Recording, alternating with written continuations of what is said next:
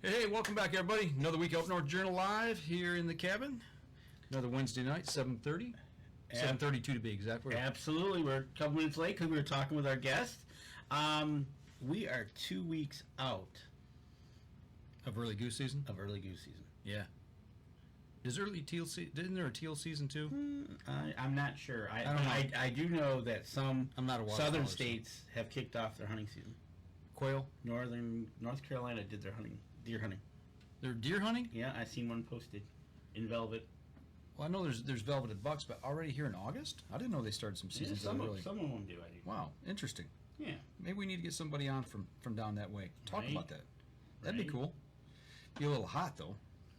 Right. I would think so. Have a good week? Had a great week. Yeah. It's just been busy at the real job.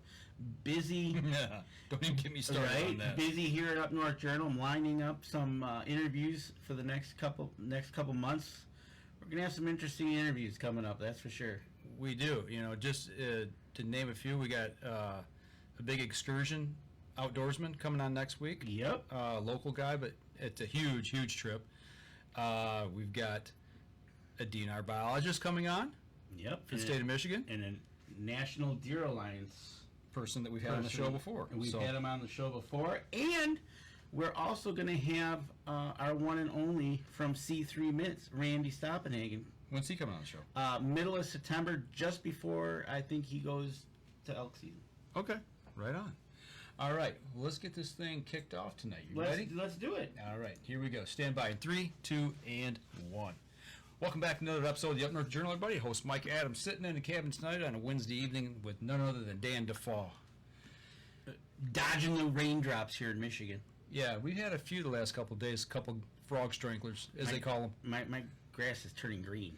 Great. That means it's time to get to work. Speaking of getting to work, let's jump do into it. tonight's show, man. Yeah, let's do it. Let's talk about our supporters. First one we're going to come out of, we're going to talk about Buck Baits. You go to buckbaits.com. If you want 20% off your order, and you got to get your order in because we're heading straight into the seasons here, go to buckbaits.com. UNJ20 gets 20% off your order. And if you haven't been out there needing those Easy Cut products, get over to easycutproducts.com. It'll get you 15% off your order if you use UNJ15 off. Packermax, not too late. Get over there, check out packermax.com. Use the promo code UNJ25. That'll get you $25 off your order. Island Armory. Get over to their website, folks. They're continuously adding things. Give Natalie a call if you don't see it. Ask her if they can get it. Go to theislandarmory.com. Use the promo code UNJ10 when you check out. You'll get 10% off your order. We just talked about goose season.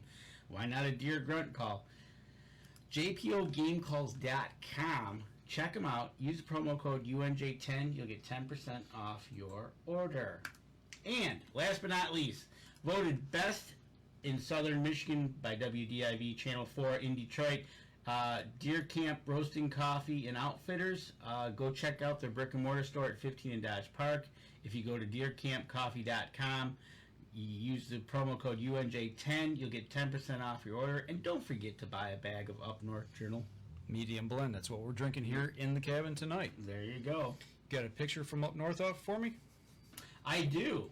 What are we looking at tonight? We're looking up in Newberry. And I think they might be delivering a fresh batch of Deer Camp coffee to ciders. You know, it's August. There's no snow on the ground yet up there. Right? It's coming. It's partly cloudy. It's a little cool up there. It's in the 70s. But I tell you what, shout out to FM 123 for carrying our show up there. Absolutely. So, all right. Well, you ready to get in with it tonight? I absolutely am. It is that time of the year. We've been talking a little bit about deer hunting. It's on everybody's mind. Everybody's out shooting, tuning their bows, getting to the gun range, all that kind of good stuff. You know what? And you go and do all that stuff. You think you pull off the perfect shot. Maybe you don't. Yeah. So when is the best time you might want to think about using a dog? Time to call the dogs out? Who let the dogs out? All right. None other than Robert Miller from Miller Deer Tracking Dogs. Robert, how you doing tonight, man? I'm doing well. Thanks for having me on, guys. Hey, it's glad to have you here. You know, we talked a lot before the show and kind got a lot of cool stuff to talk about tonight. Absolutely, it's a great shout out to you for what you do. Talking in the pre-show that we were doing, you're not even much into hunting because you're doing so much of the tracking with Sarge, one of your dogs. But why don't you give us a little background of you and how you got into this about 15 years ago? Well, back then I was a huge archery hunter, predominantly traditional archery hunter, and I never had big leases to hunt on. I hunt a lot of public property, and actually had a crack at my first mature buck, and unfortunately I did a shoulder shot, wounded him, and spent 3 days trying to find him. Oh, man. In that 3 days, I also tried finding a tracking dog because I read an article back in the day about tracking dogs in New York, and there was no dogs back then. And a couple of guys that had dogs were far away, basically no experience. It just wasn't an option. So after the broke heart of not finding that deer, I told my wife, I said, I'm getting a dog. And never looked back. What was your first dog that you... obviously, you must have did some homework to find out the right dog to get. So my first dog was a miniature dachshund, a long-haired dachshund. His name was Scout. Going back to the article I told you I read about, was about wire hair dachshunds used in New York. So at that point, I couldn't afford the amount of money they were getting for those breeds. So I just went in and got a local dog out of Detroit. No hunting pedigree to it. It was just simply a pet pedigree. And I took Scout and just started training by ideas that I come up with, because I have no background of training of dogs. So I just decided to start, dragging deer legs around and things like that. And that's how we started, and really went into it green as could be. Oh, I got dogs coming out. Yeah, it's okay. I thought we heard them. Yeah. Stars of the show. I'm gonna have to let them in. They're gonna scratch the truck. That's all right. Let's make them rock stars. Right? They're going to be part of the show whether they like it or not. Gotta like that. Right? Exactly. That's whole part of this. These are the stars of the show. And like he said, it started 15 years ago for him, and he knew nothing about this except an article. Well, it's actually it's something that's just really come around here in the last, I would say, 10 years that I've really heard about it. So. Well, that's it, right? Like you said, 15 years ago there was really nothing about it. Yeah. And then all of a sudden it just started to gain notoriety that, hey, you can get a dog to help you find your deer. What a bonus. Yeah, absolutely. So you just took it upon yourself really just to kind of learn how to teach a dog how to track deer then. I mean, is it kind of like growing like with the shed hunting dogs? I mean, I know it's not the same thing, but they've all kind of come on the scene about the same time. Yeah, I think a lot of it, a lot of training's all basically the same thing, man trailing to everything. There's levels of training of introducing scent, the obedience work, the reading of a dog. A lot of it's all the same fundamentals. So I like to say it's not really rocket science to train a tracking dog or a shed dog or a man-trailing dog. You just have to understand the basic principles of introducing the target scent that you want the dog to track, praise the dog for finding what you want it to find, and then as the dog grows and matures, you just keep increasing that scent, distance, and time, making it more challenging for the dog to problem solve. And then after, most dogs don't get good to about 3-4 years old. Okay.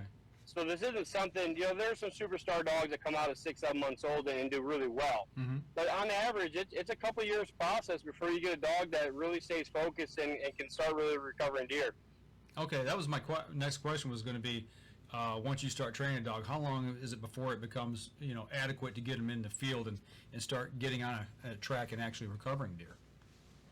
Yeah, for my case, I've never had that easy button dog, 1 year old finding 30, 40 deer. I know a couple guys that have those dogs. Mm-hmm. All my dogs seem to be really high prey driven for rabbits, squirrels, birds, and there's a lot of what I call trash breaking involved through maturity.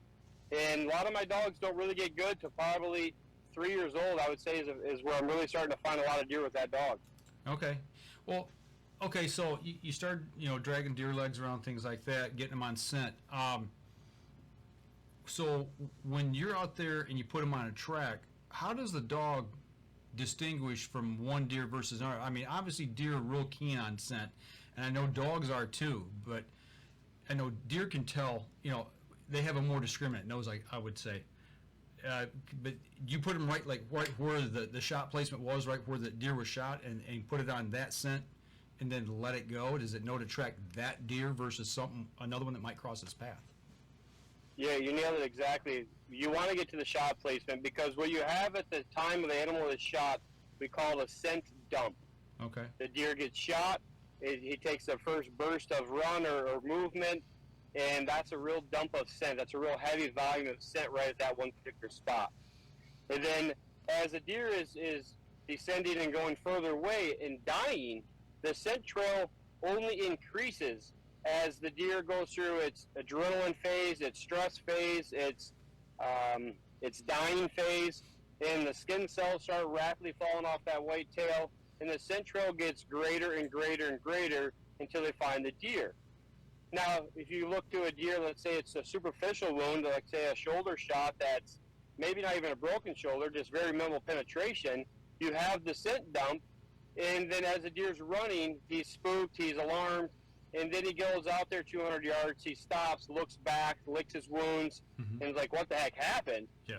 And then he might slightly trot off or walk off, but he realizes he's fine, and now that scent trail went from the scent dump, heavy, now it goes to weak, to back to a deer that just blended in with the herd.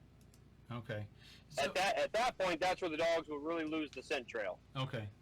Now, looking at all that information you just give us on that, you said you used to hunt a little bit back in the day. You had this is kind of what got you into this. Yep. Did you learn about those things with the deer scent in your hunting phase, or did you learn about that as you were training your dogs? I mean, where did you pick up that knowledge?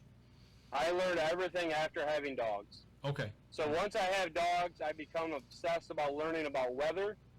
I become obsessed with learning about whitetail's anatomy, whitetail's scent glands, dog behavior, how the dog's olfactory sense of work is, dog behavior. I like to say maybe a nerd on all that because you need to learn all this stuff. Sure. But yeah, it all came through years of experience of tracking deer with the dogs. Okay. Interesting. I tell you what, it's like you said, he became obsessed with the fact. And when you trained, was it an everyday training thing, or did you give the dog a break a day or something of that effect? I would like to refer to treating to like children playing a sport. You know, they typically practice twice a week, games on the weekend.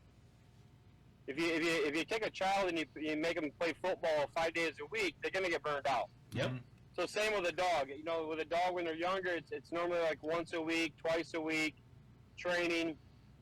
And then there's still like little miniature drills I'll do for 5-10 minutes because you really don't want to do nothing more than 15 minutes when the dog's young.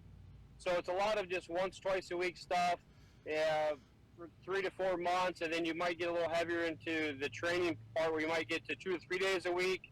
But once a dog kind of gets knowing its job, I really only train maybe only 5-6 times a year. Okay. Wow. Interesting. That's pretty awesome. Like you said, it almost turned out after the initial training and getting the dog up to where you think he's up to speed, then it becomes like refresher courses. Refresher courses, because a lot of times we lay what we call a mock simulation of a wounded deer. But what we lack in that simulation is all those adrenalines, the pheromones that a live deer puts off. We can't recreate that. And ultimately, that's what our dogs learn to follow. So once your dog has learned to follow a live, wounded, dying deer, when they go to smell your man-made mock stuff, the dog simply doesn't show no enthusiasm, no excitement, and no drive to follow it. They look back at you like, you really want me to track this? I know it's kind of BS. So once a dog looks back and kind of gives you the stink eye, at that point it's all about keeping the dog in shape, letting them be a dog, let them have an off season, let them go run the woods, let them chase squirrels, let them just be a dog. Gotcha. You know, like Sergeant, I just did a track. I laid a track for the pup for Friday. I wasn't able to get to it. So Sunday morning I had to go get all my clips out of the woods. So I told the wife, I said, this is going to take Sergeant to see what he does with it. It was a 42-hour-old scent trail. and he tracked it flawlessly like a master. And that's something I really don't train out to that timeline, because that timeline's really doesn't come out. You know, we're so busy. People call us so quickly now. You don't really track a 2 to 3 day old trail anymore. But I did it for curiosity, and he hammered it. So I really don't know what his max timeline is. So I think that has a lot to do with the weather. But again, back to everything. Right now, all I'm doing with Sergeant is basically running them, and letting them be a dog, letting them get in shape. Gotcha. Okay. Well, I'll tell you what, we're bumping up here on our first break. One question before we go. Okay, go ahead. Let's hit this one question. The question is, what is the furthest state you've traveled to track a deer? That would be Missouri. Missouri. All right, folks. So, if you are listening to the podcast or watching us live on Facebook or YouTube, and I just want to say, get over to Facebook, check out Miller Deer Tracking's Facebook page, and if you write down his phone number and you're out hunting and you need his assistance, give him a call and he'll help you through it. If he can't get there, he'll point you to somebody that probably can help you in that situation. But I just want to make sure everybody knew to write down his phone number. Absolutely. Okay, I tell you what, we're going to step outside, take our first break. We'll be right back after this. All right, folks, get those questions coming in. My brother says he needs some more arrows because the Totally Archery Challenge kind of depleted them. He needs more practice. That too. And he used his easy cuts at work, which was way better than regular loppers. There you go. There you go. They're always better than regular loppers. Amen to that. No matter what you're doing. Especially when you need to break pelvic bones. Those things work fantastic. Or chest cavity. Right. On a deer. Those things are phenomenal for that. Danny got firsthand knowledge of that last year. Mm-hmm. It was a teaching moment. That's right. All right, here we go. Stand by. Second segment in 3, 2, and 1. Welcome back. Second segment of the show. We're talking with Robert Miller of Miller Deer Tracking Dogs. Kind of got an overview of the training, a little bit of the training process, the dogs and everything, and why he's into this. So let's say I shoot a deer and I try to track it. I cannot find it. I'm not getting a good blood trail. I think it's a great kill shot, and I'm telling you this. And I call you up. What's going to be the whole process of how you're going to determine whether I need your services or not? What are you going to ask me? The first question I'm going to ask: have you recovered your arrow? Okay. If you have a pass through, or you believe the arrow is still in the deer. Okay. If you have recovered the arrow, I'm going to ask you to send me a close-up, clear images of the fletching and of the broadhead, because I want to see if the broadhead has any bent blades for any sign of deflection, or basically I'm looking for a deflection. Okay. So what I'm asking for the fletching is, because the fletching is like a pad that gathers detail. Mm-hmm. So when you shoot through a liver, when you shoot through the stomach, when you shoot through the kidneys and spleens and things like that, the fletchings will gather content going through those organs, and the color of the blood and the velocity of the blood will tell me what your arrow has went through on that whitetail. Okay. So once I'm able to figure that out through your arrow and through our phone conversation of what you think happened, we then can figure out a game plan on wait time and possible distance that whitetail will go on average, and that really kind of gets the ball started. So let's say, yeah, Robert, I got to pass through. You send me the arrow, and I say you clearly got a liver shot deer. I'm going to say, Mike, we're going to wait a minimum 8 hours, preferably 12 to 14 hours. Okay. So then at that point, we need to look at the weather. We need to look at the size of property you're hunting to see if we need to be getting landowners' permissions. I'm going to ask for the property address so I can look at the topo of the land to kind of see which way the deer is going to probably travel from your archery stand that you're hunting from. So I'm going to already get a mental plan together on what this whitetail is going to do through the years of tracking whitetails. I don't like to say I know all, but I can kind of get a pretty good sense on what that deer is going to do and how far it needs to go before he wants to lay down. Okay. So in a typical season, how many deer do you actually get on track with? It's easy to say probably 130 and probably max around 150. So you've tracked more deer in a season than most hunters have probably tracked in their life, I would venture to say. For the most part, yes, sir. That's exactly what happens. And speaking of tracking, to date, what is your longest hours of tracking? Like how long after the deer was shot that you put the track on and found them? You're calling me out on that one, so that's a good one. It's gonna be right around that 30 to 32 hour mark. Really? Is our oldest recovery, and that took place up in like the Mount Morris area, and it was for the youth season.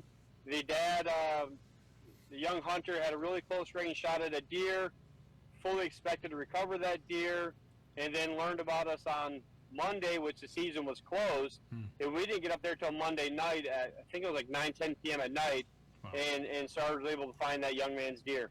How long did it take him to find the deer? Well, probably maybe 30 to 40 minutes, and the deer ran straight for about 50 yards into the swamp, and Sarge missed the turn, and the deer made a hard left turn on us, so that put us into the abyss of the swamp for a good 15-20 minutes as Sarge was trying to problem solve where the deer went, and Sarge eventually figured out he needed to backtrack himself, and once he started backtracking, he connected the dot, and the deer was less than 100 yards away. Oh, that's amazing that a dog can pick up on something like that and figure that out and backtrack and go back to it. I mean, Right. that just shows you, I mean, what we think about dogs and what they can really do is just simply amazing. Yeah. Well, and that's the thing.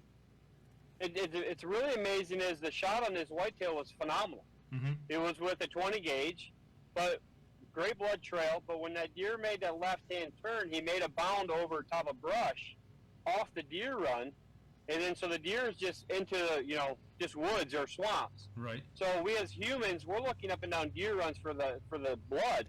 Mm-hmm. But the way this deer took this big bound, you'd be dumb luck to cut the blood trail just randomly in the swamp. Wow. So if the hunter was able to do that, he would have found his deer, no problem. That's amazing. Literally, I will tell you with my cousin, that's how we found his 9-point. We were tracking, and all of a sudden it was like, where did this deer go? And like he just said, it made that bound over a downed tree, and where you wouldn't think he went, that's where he went, yeah. And that's where we found him.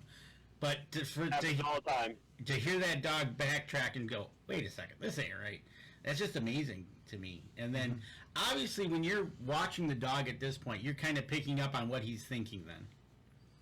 Yeah, I can read Sarge now phenomenal. I can tell exactly when he's lost. I can almost tell when the deer is going to be dead. Okay. The way he tracks, the way he moves, the way he uses his nose, and I can tell when the deer is not lethally shot. The dog really tells you everything. Wow. So let's say I shoot said deer. I have a pass through. I've kind of walked around the area looking for the blood, and when I decide, I better call a dog in. What's the first thing a hunter could do? Like just first thing to call you, and then you run them through your checklist, right? That's probably the most important thing is when I decide that it's time to call you in. And if I can, just let you run through what you just said, right? That's step one. Yeah, the questionnaire. Okay. So let's talk about the human contamination while they're trying to track a deer. That's it's a major concern a lot of hunters have, and a lot of hunters really stress out. Well, I don't want to walk around too much. I don't want to contaminate the area too much. And with a seasoned dog, I don't really feel like you can contaminate it too much. It's when you have the young dogs, the contamination really confusing for a young dog because they don't have the problem solving experience, and the handler don't have all the experience to understand what that young dog is still doing yet. Mm-hmm. We're struggling to read that young dog.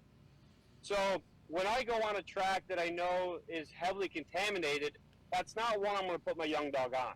Okay. But if it's a situation that's all I have is a young dog, of course we're going to go try it. Mm-hmm. But when you have a situation with a seasoned dog and a young dog, you're going to run a seasoned dog on a contaminated area. And I can tell you now that the dog is mature, they go through those contaminated areas like it never even happened. They understand what the human did and where the deer actually went. Okay. So, and you know, I'm sure you do, how many times better a dog's nose is Then what? than are they better than a deer or? No, I believe a deer has Okay. more olfactory senses, Okay. but I don't know what it is times better than a human. Probably a couple hundred times better, I would guess. Yeah, right, for sure. But I don't know. I don't know what that exact is. Okay, so let's back up just a little bit. Okay, so we talked about the archery.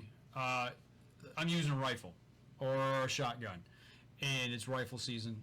And I have the same scenario where I give you a call. It's like, I can't find my deer. I'm going to need some help. What different types of questions are you going to ask at that point that we need to be aware of? So the first question I'm going to ask you is, what is the shot distance, Mm-hmm. and what weapon are you using, and are you have some sort of rifle rest? Are you free-handing it? Are you got another lead sled? A lot of those things really matter.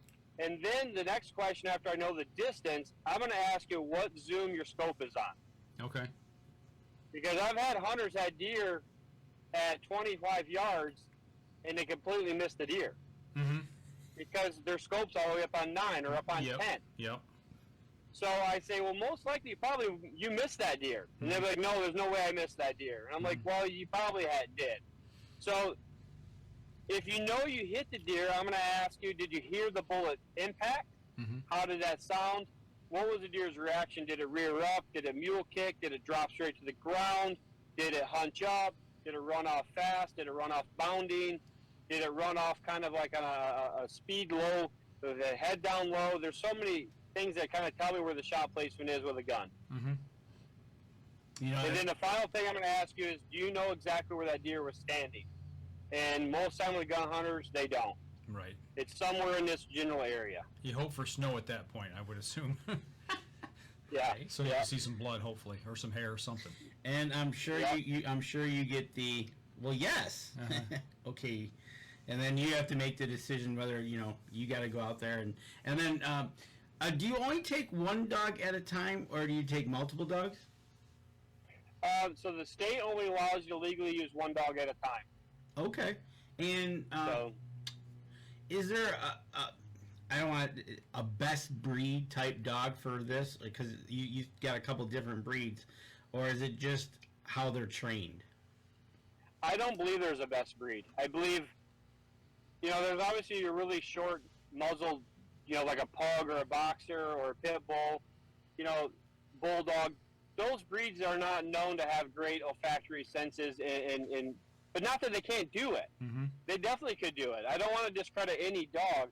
I think it comes down to the trainer, how much experience they get that breed, and if that dog and that handler have a great bond and obedience work, there's no telling you what dog could do it. Mm-hmm. Okay. So I believe whatever breed that you are in love with, whatever breed works best for your family, whatever breed you like the way it looks, the way it sounds, whatever it is, whatever dog you love, you're going to put the work into that dog. There you go. For sure. And is there a retirement age on this type of thing with a dog? There's most definitely a retirement age. So like my last dog was a wiener dog, and she was 11 years old when she passed away, but she was at a point where she was really slowing down tracking wise. I couldn't get much more than 1 or 2 tracks out of her day because she was just tired and didn't show the enthusiasm she did in her younger years. Mm-hmm. So I think a lot of dogs, their prime is between 5 and 8 years old for most breeds. But now if you had a bloodhound, most of your bloodhounds don't live past 8, 9, 10 years old. Right. So that's the one thing you want to look at. The bloodhound's a phenomenal breed. It's a big breed. It's not a breed for me. It's not a breed I want to keep in my house because all my dogs are house pets. But the lifespan of a bloodhound's not there for what I want. Mm-hmm. So that's another thing you need to consider is, what kind of lifespan or working span do you want with that breed you're choosing? Okay. So basically a dog that's got basically a longer nose is going to have more of a sense of smell than the shorter faced dogs. Exactly. Gotcha. And obviously, the bigger the breed, the longevity of the dog is less as well. For sure. You know, your smaller dogs are going to typically last and live longer. Thus, why you're starting the next generation. You've got Sarge at 7. You've got 2 younger ones. You're bringing them up the ranks, and then it'll just, you know, you start that cycle of, you know, Sarge again. Yep, Sarge is going to retire, and watch those young guys go out into the wild blue yonder. Well, my chase at work is slowing down, so maybe I need to retire. And just be. Maybe we all do. Right, there you go. Well, I tell you what is the biggest deer, Buckwives, that you have recovered? Because we're looking at some of the pictures you have here on Facebook, and there are some dandies. So our largest free-range whitetail is, I think, right around the 200-inch mark, and that was down in Ohio, up around the Cedar Point area. Wow. We have done some enclosed high fence stuff. Last year we did here the place of Mount Morris. That deer was over 300 inches. And that was a broke leg deer that was shot in the enclosure, and we went in there and tracked it at the 18-hour mark. And it's in an enclosure, so a lot of people think, well, that deer just can't get away. Mm-hmm. And which obviously it can't, but that deer still traveled 3/4 of a mile within the enclosure, and was bedded at the highest point of the enclosure and inside of a huge blow-down oak tree. So they drove 2 side-by-sides and had 6-7 guys looking for that deer all day. Couldn't find it. Couldn't find it. Okay. We come in the next morning and we found it, and the deer ran off, and Sergeant bayed that deer up, and the hunter was able to make an ethical clean dispatch on that deer. Okay. I see he also poses next to morel mushrooms. Yeah, so I dibbled it out a little bit on training him. The first year he really indicated them, then he started eating them. So, He's a smart dog. So, He probably started asking for butter. So he got nicked from that job. That's awesome. That's pretty funny. Not gonna lie. Oh, That's awesome. What does temperature play in a lot to it? Whether like you had your October warm or your December cold. So temperature is an amazing thing, and it's really not the temperature that we have to look at when it comes to hunting or tracking. It's the humidity. It's the rise or drop in pressure. So when it's still 100 degrees out, deer still need to eat. Mm-hmm. So the deer are going to utilize whatever weather that day is best for scenting conditions, so they can go on through navigation through the woods or wherever they are, so they can smell. Mm-hmm. So when it's a high pressure bluebird day, the sun has heated the ground up. The ground is as hot as it's going to get. So whatever humidity is there is going straight up into the atmosphere. Mm-hmm. It's terrible scenting conditions, and it's terrible for a deer. So a deer is not going to move. Mm-hmm. So as soon as the scenting conditions get better, and the pressure changes, and the humidity doesn't get evaporated, the deer will then start moving because they can utilize the moisture to smell. So it's you're more tracking. ground. Yes, you're more tracking humidity versus how hot it is outside. Okay. And they're using that sense of smell, obviously, for predation to know where it's safe to be, or where it's safe not, or where it's not safe to be, or if they're trailing a doe, or things of that nature. Correct? Or to smell food. Mm-hmm. So if they're wanting that one certain apple tree, they need to be able to smell that apple tree, and the moisture and humidity has to be there to carry through the wind to their bedding area to know where to go find it. Gotcha. So there you go, Danny. Start studying the weather. Well, it's one of those things. It is. It plays a part, right? It's. I mean, we use wind and weather, rain, all that stuff together for our hunts. You know, to try to plan our hunts. But obviously, it goes into so many other things in nature that we don't even think about. So. Exactly. Well, I have a question for you, gentlemen. Mm-hmm. What time or what weather or what time of day do you check your trail cameras during the preseason? What are you looking for to go do it to minimize your damage to your area? I'm looking for clear skies and low humidity. Number one, because if I'm walking, I don't want to create a bunch of sweat. You know, the more humidity, the more scent I'm going to leave in an area. You're spot on. Okay. I mean, that's But a my lot of thinking. hunters like, well, I like to go and it's going to rain the next day and then wash all my scent away. Where the next day, all that rain does is rejuvenate all the dry scent, the skin cells that fell off you, and now it gives that deer a timeline when you were there. Gotcha. So your bluebird days, high noon, the warmest part of the day is the best time to go in and check your cameras. There you go. You can take your shirt off and go check your cameras. Danny does his via phone now. A couple of them, yeah. So, I tell you what, we're running just a tad long here, so let's take a Okay, break. so before our break, I just want to remind everybody, go check out Miller's Deer Tracking Facebook page. Write down his phone number from the website or from the Facebook page.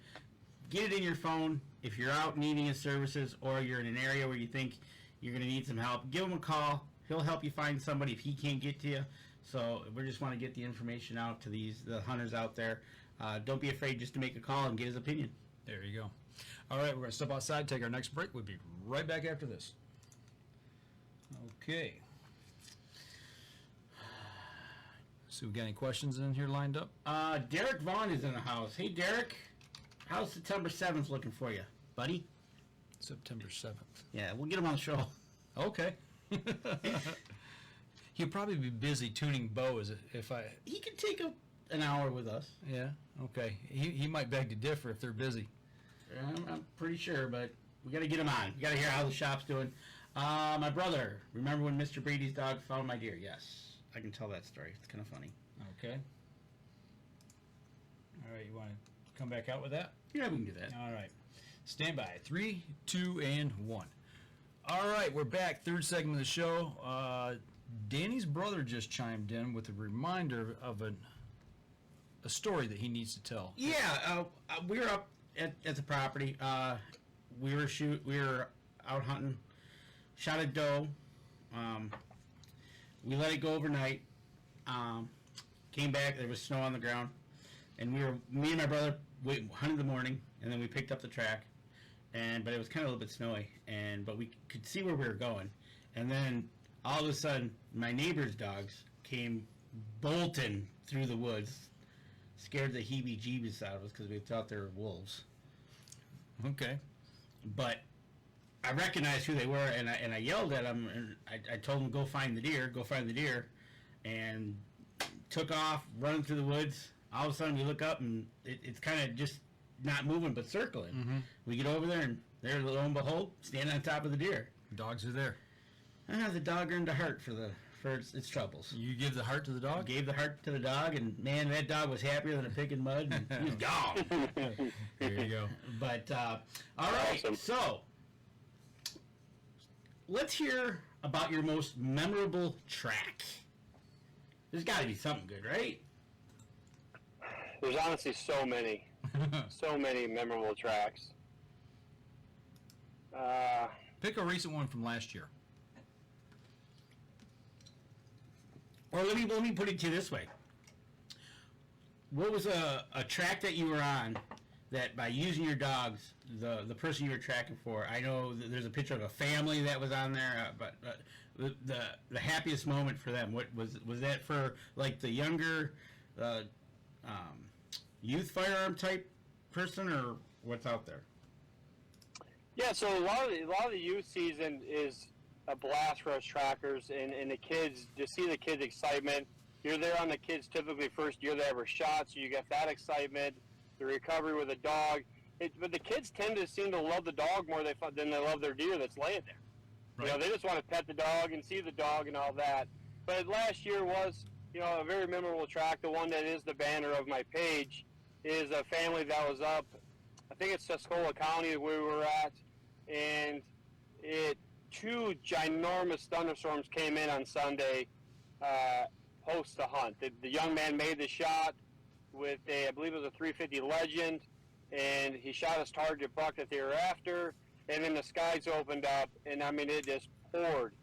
And the mom and dad was just, they know it was going to be a long shot. So they go out there and they try tracking a little bit, and there's no evidence to be found.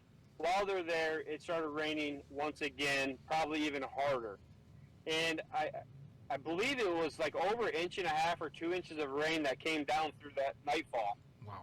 So they called me late Sunday night, and they were inquiring about using the dog. Is the dog able to smell after the rain? You know, all these concerns they have. And I simply said, yes, dogs can track after the rain, especially if the deer is mortally shot. So if the deer is mortally shot, we have a higher chance of tracking after the rain. But ultimately, we don't know how much rain is too much rain for a dog until we just come try. So the problem lies then is I have to take a day off of work, so I have to lose a day's pay, and so I asked for a reasonable donation to compensate my efforts and my lost wages, and the dad was more than willing to make sure the day was productive for me financially. So we drove up there, and they're taking a long shot on my dogs at this point with the volume of rain came through. This was the most rain I've ever tracked after. So I was very nervous myself. So we start the dog at the shot site. Sarge tracks into the woods, and he's instantly nose right tight to the dirt. And I look back at the dad and said, this is a good sign. He's not having to struggle to find scent. And Sarge goes down the deer run. He comes back, gives me the look, takes on a different deer run. And I told the dad, if Sarge keeps going, we're going to start following because he's got it. And I said he'd already done one check, so that means he's understanding the target that he needs to find. And 300 yards later, we were standing over the young man's 8-pointer. Wow. So the cool part of the story was they kept all of the siblings home from school to go on a field trip of tracking a deer that day. So that was a cool family experience. Everyone was super excited. We had enough people to help drag the deer out. It was just a high five and hugs moment. I tell you what, and I don't know how old that youngster was, but man, I bet you he was so excited. He was so happy he couldn't even talk. Those are the best kind of memories. I tell you what, that family's going to have those memories forever. So that's why I took a family portrait with Sarge on there, and I made that the header of my page because it was just one of those special days. 300 yards after a huge rain like that. Wow. Two rains. Two rains, yeah. Two rains. Not bad. 2 rains. Wow. That we know of. There could have rained more while we were sleeping. True. All right. Incredible. Couple questions for you coming down. Is your dog on a leash while you're tracking? Yeah, state requires the dogs to be on a leash. There is no minimum or maximum leash length, but yes, my dogs are currently on a 30-foot leash. When they are tracking, are they barking, or when they find the deer, are they howling, or what's the indicator is there an indicator that they use? So I'm going to get to legalities first. So on public land, a dog is not allowed to voice, not allowed to bark on public land. That's a law. On private property, you can have a dog that voices. My dogs do not bark when they're following scent. They will bark if they get on like a rabbit scent or a fresh deer scent, but while trailing the wounded deer, my dogs are stone cold silent. Is that trained to be silent? I think it's just natural. I think the dogs naturally know the scent is old, so they know they need to be quiet through, so like a wolf, right? A wolf can't go through tracking and barking, otherwise they're never going to get up to the wounded, whatever they're trying to kill. True. Right. So I think it's just natural for a dog. It's So I think a lot of your barking dogs are your coon dogs that are trailing hot, fresh scent. They're naturally going to voice. Okay, so I'm going to open up a can of worms here. No, boy. That's the first thing I thought of when you said that they're not allowed to voice on public land. What about, people who run coon dogs? I've run behind coon dogs. They're a vocal dog. They're not on leash. They're cut loose. Or bear dogs. Right. So what? I know the reason why that law has got put in place is so we're not harassing hunters that are hunting public land. That is the only reason. Okay, because it's during deer season. But during bear season, if you're on a bear stand and correct me if I'm wrong. There's only certain areas you can run dogs in for bear. Is that? I think that's correct. I could be totally wrong on that. Well, there's definitely certain dates. Yes. Okay. I don't know. I don't know if there's restricted areas or not. I just know there's days where there's dates for hounds and there's dates for bay hunters. Okay. And then there's a point where they both interlap a little. They intercross a little bit. Mm-hmm. Right. Another question. So, Sarge finds the deer. How do you reward him? His reward is basically whatever he wants. So if he wants to tug on some hair, if he wants to wait till we start doing some field processing and we give him some chunks of the heart or chunks of the liver, it really varies. Sometimes he finds a deer and he doesn't care to do anything with the deer. So it's up to him. I'll toss him some raw meat. Sometimes he eats it, sometimes he doesn't. I think he just likes to find the deer and see how happy I am, and that's good enough for him. That's awesome. He just wants to please everybody. He gives them the stink eye, but wants them to be happy, right? Right. That is so awesome. And the comments are coming in that they love how Sarge is so photogenic. A little ham. That comes with practice. Right? Oh, my. Yeah, the picture, pull that back up again. The one off the page there. I want to show that. Which one? The one with the family right there. right. We're going to put that back up. But that pose is like he's part of that family. I mean, it's like he knows what to do. He's in his spot when you take the photo. I mean, is that something you trained him to do? I train all my dogs to do that. Okay. And the first few deer we find, it's obviously a mess. They don't sit still. But, after I think last year we found 70-some deer. The year before we found close to 70 deer. The year before that we found 50-some deer. So when you start finding that many deer, the dog will literally he'll hold a pose until I tell him to come off it. So I tell him to pose up. He gets up there until I tell him to get off. He just sits there and takes the shots. That's cool. That is so cool. Better than some humans take. Right, yeah, you can't get kids to sit still that long, let alone, getting dogs to sit like that. Jeez, oh Pete. That's awesome. Yeah. That is awesome. So, when do you think, I know some seasons are starting off, but usually you figure about youth season, the phone calls will start rolling in? Yeah, so youth season this year is September 10th and 11th, which is also the Liberty Hunt for the disabled hunters, the veterans. So we're gonna try to get down to the Kentucky's opener, which is September 3rd for the velvet season. We're gonna go down there from the 3rd to the 7th, and then be back home, and then be ready for the 10th on our Liberty Hunt here. Okay. I just got to thinking about, talking about the different questions that you ask and, the different scenarios you've told us about that you've been out in that are challenging. What's one of the deciding factors when you say, no, I can't come out because I just don't think you've placed a good enough shot, or I don't think that deer was hit, or deer is dead. I mean, you got to run that over in your mind, I would assume.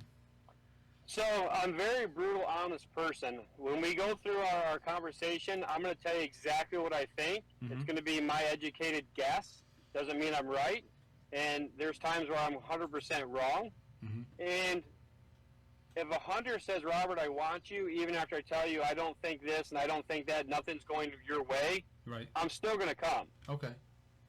So the only time I'm probably not going to come is when it's during the busy time of the rut, when I know I have a 100% a fatal shot deer. That's going to trump over a deer I think is a superficial wound, because my end goal is to recover deer, Absolutely. not to always appease a hunter because what he wants me to do or she wants me to do. Mm-hmm. I'm going to go where I think the deer is dead and need to be found. Gotcha. Well, yeah, you want to be successful. Well, We can't go on 20, 30 non-lethally shot deer for a dog. That's really going to stress a dog out. It's not productive for a dog. Dogs really feed off our emotions as a handler, and they feed off the hunter's emotions. And when they start going on a bunch of dead-end tracks, it really has a negative effect on a dog. So it's crucial as a handler to, I guess, do management on what my dog goes on and how often they go on them.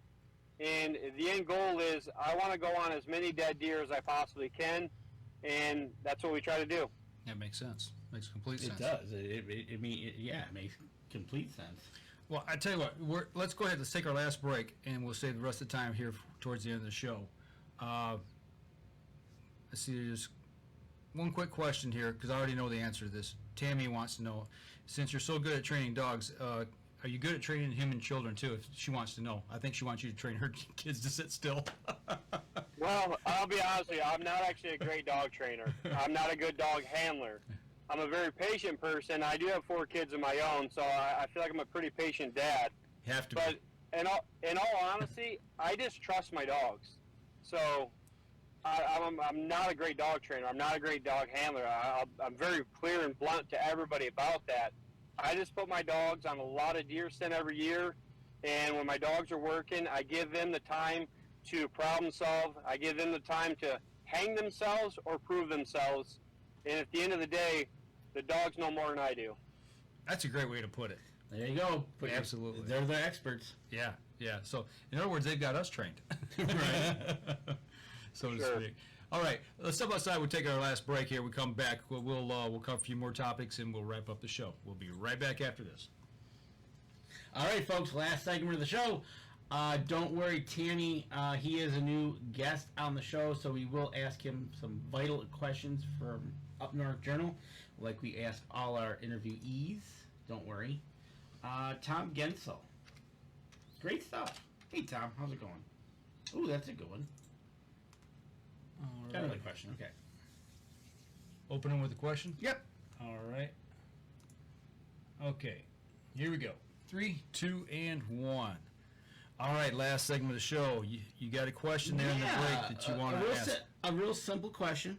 Do you track day or night? Is it better to do one or the other? Obviously, you've got your questions to start you off with, but day or night? So the day or night's a great question. Nighttime is best for the dog, not so good for me.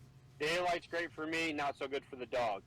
So the happy medium for there is I like to track mostly at dawn and dusk is preferred. So, but when we have to, we do track 24/7, and we get there when it's appropriate due to the shot placement, the weather, and all that will dictate what time I want to put the dog on the ground to come find your deer. And that's got to do, again, with humidity in the morning. You got that cooler air settling on the ground, holding scent? Yes, sir. Okay. Yep. Makes sense. Absolutely. I tell you. As we talk about, as we go through the seasons here, we're going to start off with you're going to be in Kentucky, which is a bow season, right? Bow, Yes, that's correct. Kentucky. Youth up here, we're going to get into October 1st. We're going to get into November. Do you find that the bow hunter, are you tending to trail more deer in October for bow hunting because of the shot placement, or does it get into November and again we have a shot placement issue? Do you see more troubles in one season than the other? I think the troubles with archery season is the death on that whitetail is much slower. So the animals are able to travel much further. So the hunters get down too soon. They start tracking too soon. They end up pushing their whitetail that needs more time to die. So that's a lot of times with archery season. Or maybe not a pass-through, so the blood trail is not very good. Or you have what I call a hide slip from the arrow goes through. The hide slides covering the holes. It leaves no blood trail. Mm-hmm. So those are a lot of the problems with archery season. Come firearm season, the call volumes are still there, but there we're dealing with a lot of crippled deer, broken legs, broken shoulders, neck shots. There's a lot of superficial wounds on come firearm season. The firearm season problem lies is property permissions, number of hunters in the woods. So during firearm season, I only strictly track at nighttime for my safety and my dog's safety, and to respect the hunters that are all out there hunting. Speaking of dog safety and your safety, have you ever been on a wounded deer track and had a close call or had a dog injured? I've had one dog injured, and that was my dog Cypress that has passed away. She is a 20-pound wiener dog. We come up on a single lung shot archery buck, and the buck, instead of running away, it decided to charge us. And Cypress, being on a leash, she wasn't able to run away. She got tangled up in an autumn olive bush, and the big 8-pointer put the rack down on her, started beating her to the ground. And at the time, my hunter had his bow. He was able to put a dispatch shot on a deer. And the dog didn't have no bodily injuries. It was more of a mental injury from that dog that she never got over live deer after that. Whenever we'd find a deer alive, she would literally turn and go the other way. Okay. Well, it makes sense. Absolutely, it's traumatic, and they dogs tend to remember.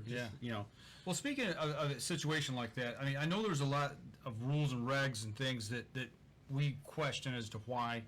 But you got to have your dog on a cord or a leash. You've got to, they got to go in silent on public land.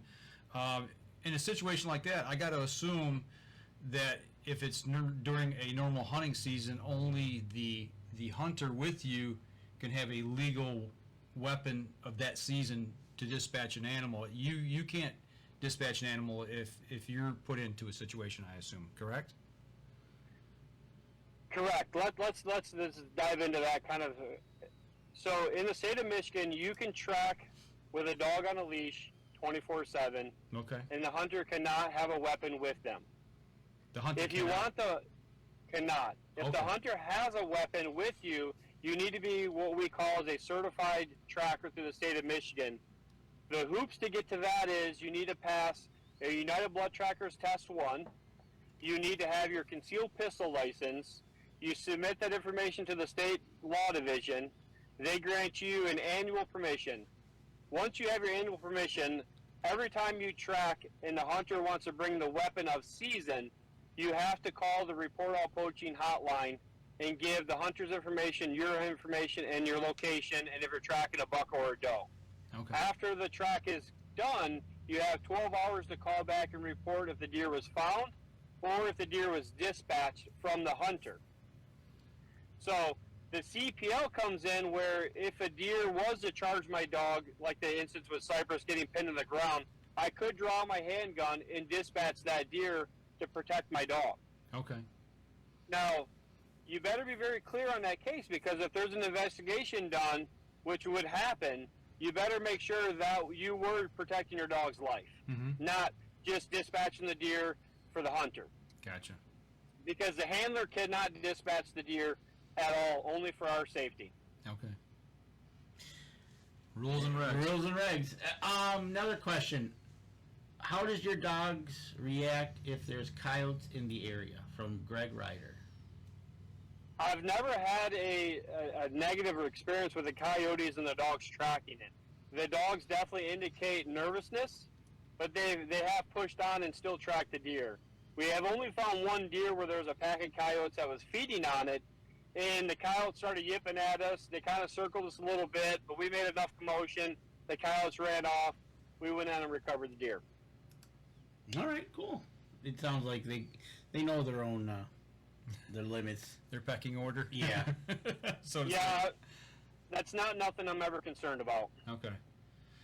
In the UP though, where there's wolves, that could be a concern, I would assume. I would assume that's a major concern. Yeah, it's a huge concern. Just asking. Yeah. But yeah, have you ever tracked in the UP?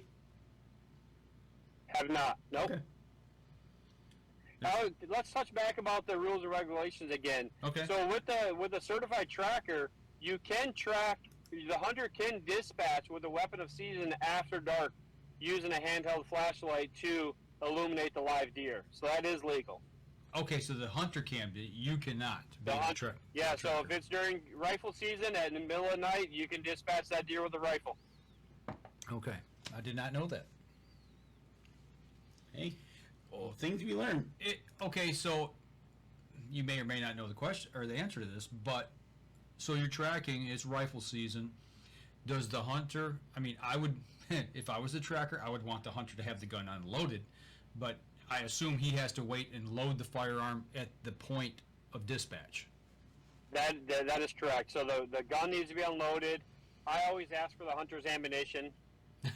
The crossbow cannot be. I think the crossbow can be cocked. You just can't have an arrow in it. Okay. And the compound bow cannot have an arrow in it. Oh, I could be wrong about the I could be wrong about the crossbow. It might have to be uncocked, so don't hold me to that. But yeah, they definitely can't have a bolt or arrow knocked. Yeah, and the gun needs to be unloaded. Yeah, that's just you're asking for, especially at night. You're just asking for trouble. You know, you trip, all of a sudden you've got something stuck in your backside. Not Absolutely. good. Not good. So Tammy was asking about that, about dispatching the wounded deer, but it sounds like the hunter can. The hunter can. Yes. So Okay. there you go. Like you said, it gets to that point. He wants to find the deer to either, if it's dead, or to help end its suffering quicker than later. And like us as hunters, we want to do the same and give a quick, humane.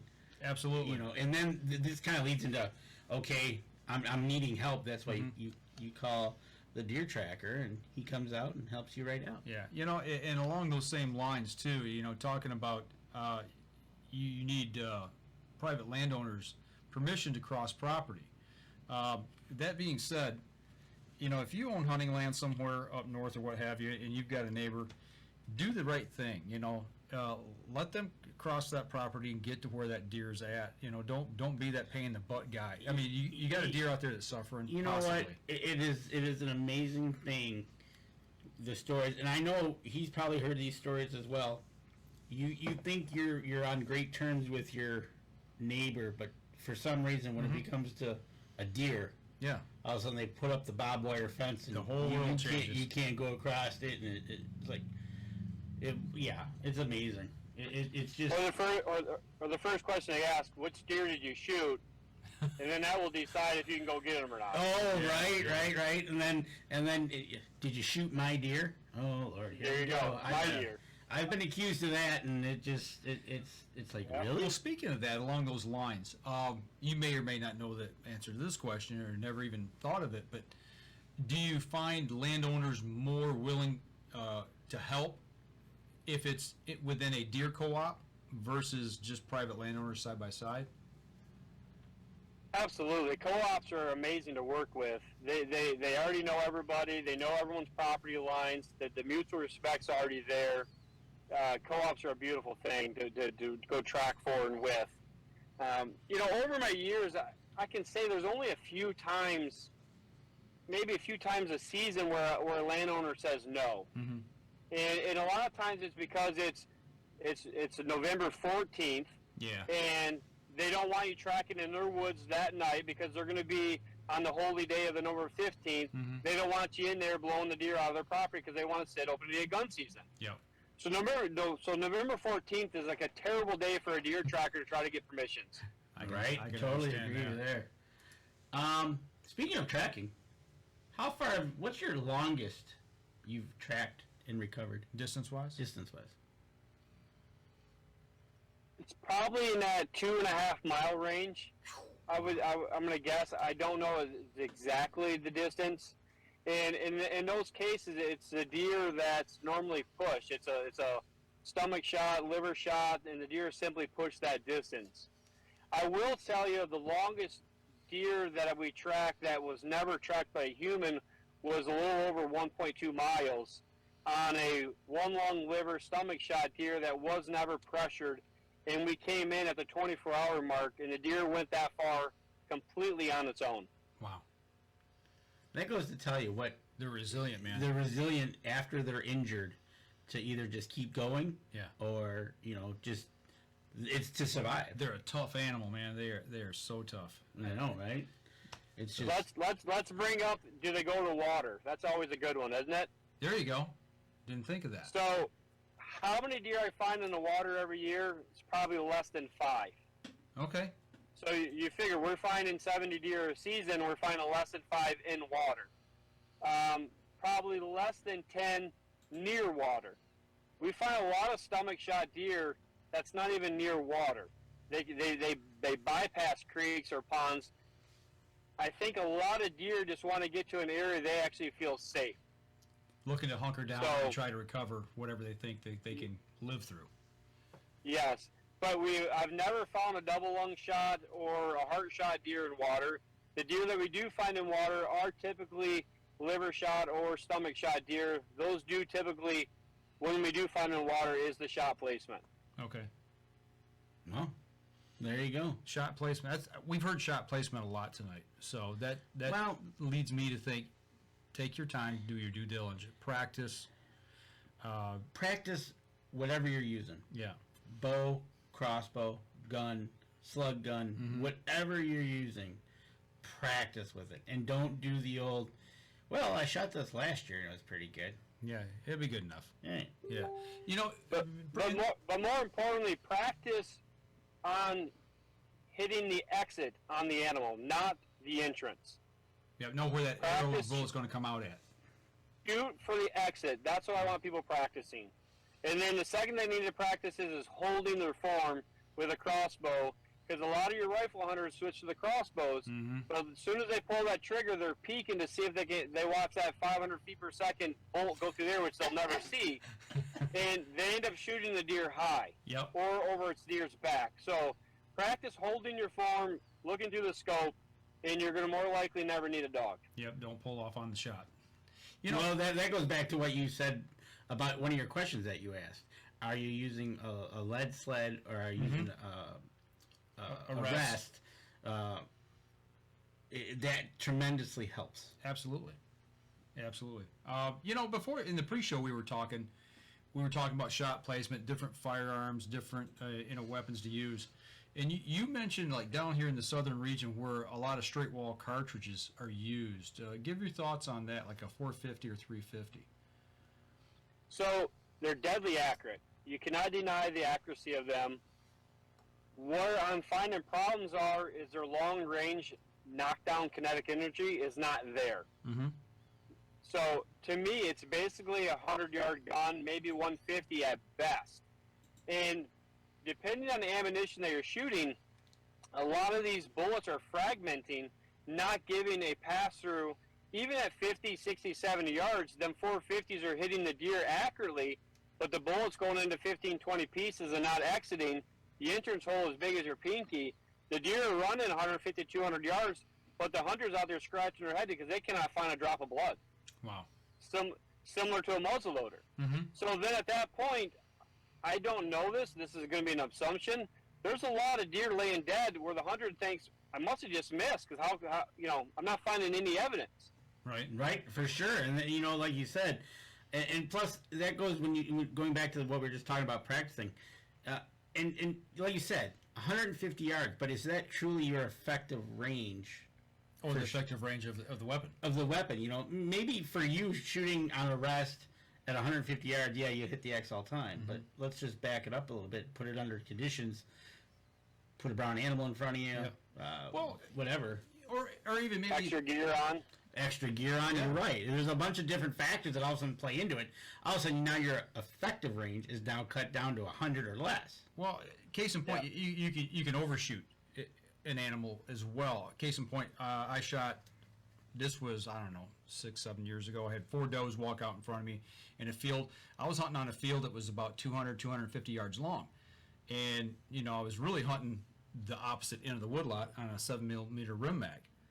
A high-powered rifle, and the does walked in front of me at about 40-45 yards, and I shot, and they all scattered, and I'm like, wait a minute, I know I didn't miss. There's no way I missed that deer.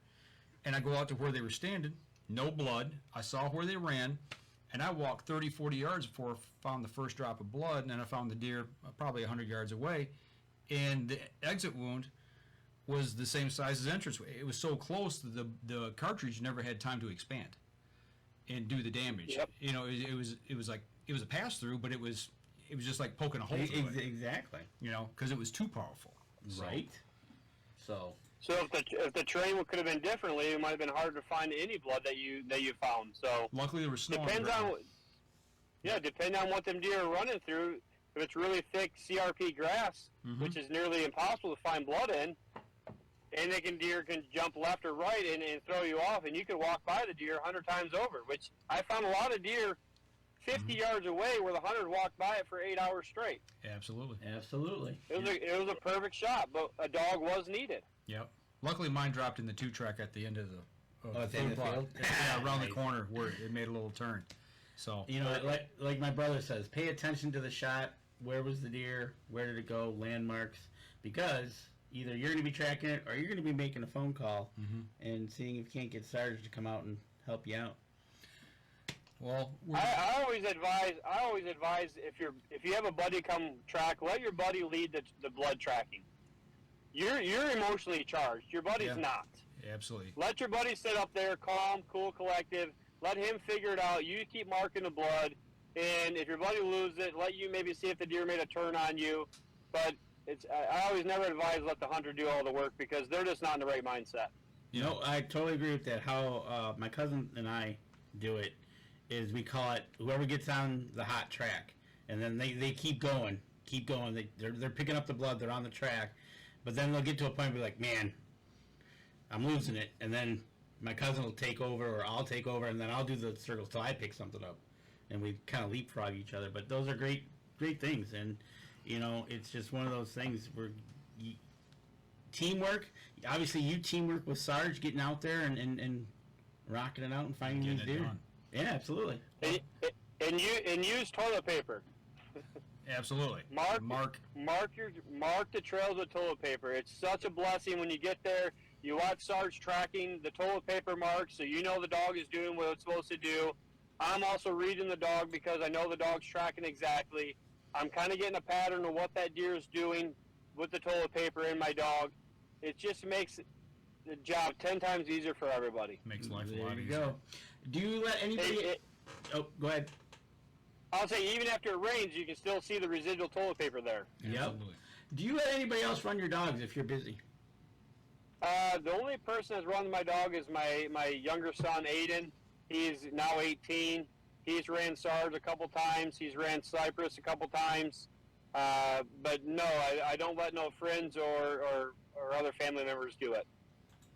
There you go. Don't let anybody ruin your dog. Is there any special diet that you need to feed them? Or is it just, you know, some real good dog food and move on? No, but my dogs eat the Purina turkey venison kibble. I do throw in some wet dog food. I do add raw liver, raw heart, and some blood time to time to spike their taste buds and target interest. But that's pretty much it. Awesome.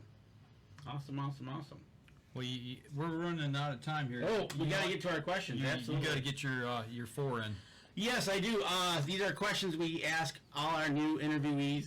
They're not hard. We won't throw you under any bus like we always like to say. So, you and Sarge have been called. You're on your way to a track. You're in your vehicle. You're driving along. What are you listening to on the radio? A lot of times I'm not listening to anything.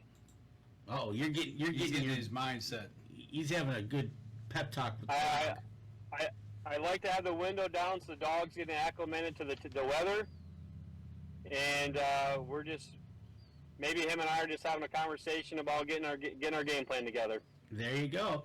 All right, so if you're driving, you're not listening to anything, you got your windows rolled down.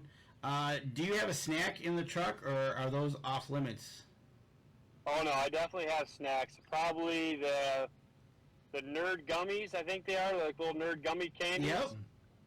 Eat the hell out of those. Or the strawberry flavored Starburst. And then I probably have some sort of energy drink going, which I mix that up nonstop because I can't drink the same one twice. There you go. All right. So, The key was sugar, right? yeah, the bottom line was sugar. You've invited Mike and Dan over for a dinner. What dinner would you say is your go-to venison meal or wild game meal that you would say, hey guys, you got to have this because it's the bomb? What would you cook us?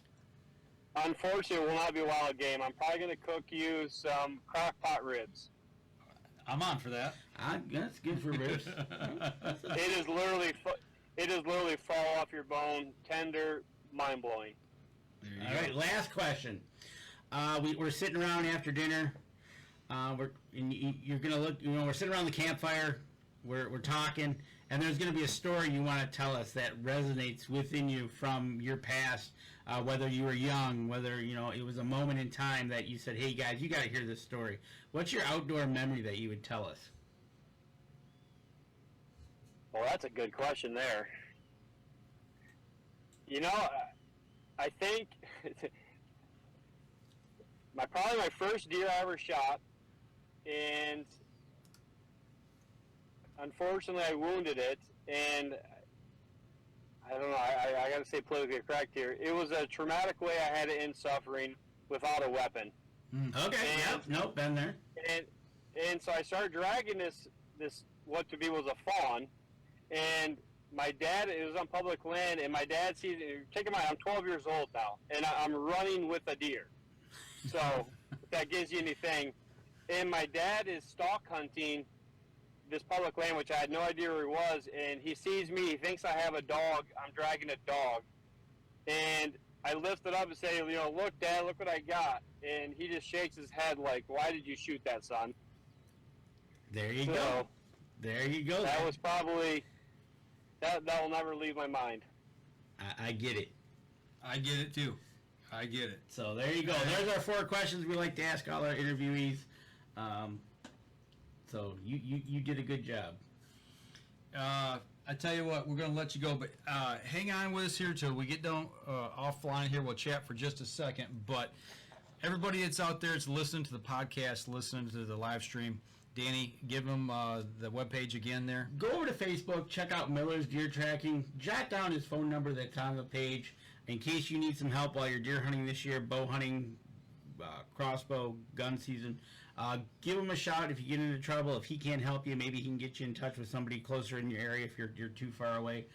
But yeah, make that call. See if they can't help you to recover that animal and be more successful. Yeah, put that in your phone because there's a lot of places here in Michigan you can get phone signal, but you can't get cell service internet service. So put that in there so you've got it on your hand in case you do need it. Go over to his webpage as well. Give him a like, follow, share, and same with us if you would, and share the show. It helps us. It helps the people who support us. For those of you who are listening to the podcast, and if you're listening on iTunes, go over and give us a review. That helps us as well. Next week, Danny, we've got somebody who spent a week on Isle Royal camping, and for the week there was a group of them, so we're going to have him on to talk about his experience on Isle Royal. Awesome. Cannot wait for I know, right? I'm excited. I'm going to pick his brain because that's a bucket list item for me. Okay, cool. Absolutely. So, all right, folks, that's going to do it for us this week. Make sure you tune in next Wednesday night, same time, 7:30 right here. We'll be talking about Isle Royal, camping and hiking up there. That'll do it for us this week. Y'all take care. We'll see you again next week.